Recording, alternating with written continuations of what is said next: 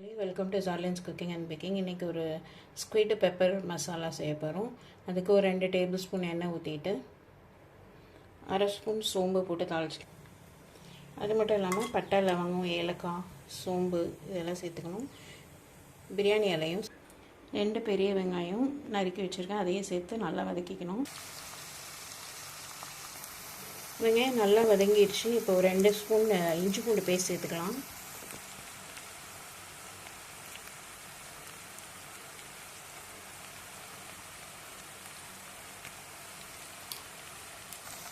இஞ்சி பூண்டு பேஸ்ட் சேர்த்து நல்லா வதக்கின பிறகு 2 தக்காளி பொடியை நறுக்கி வச்சுருக்கேன், அதை சேர்த்துக்கணும். தக்காளி நல்லா வதங்கிடுச்சு. இப்போ ஸ்குவிட்டு சேர்த்துக்கலாம். இது 1 கிலோ ஸ்குவிட்டு.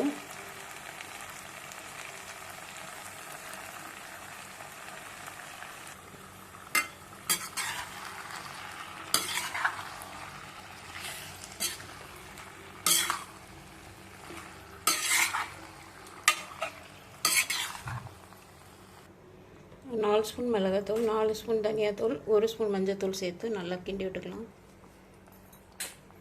1 ஸ்பூன் சீரகத்தூள் சேர்த்து அடுப்பை சிம்மில் வச்சு ஒரு மூடி போட்டு ஒரு 45 மினிட்ஸ் கழித்து பார்க்கலாம்.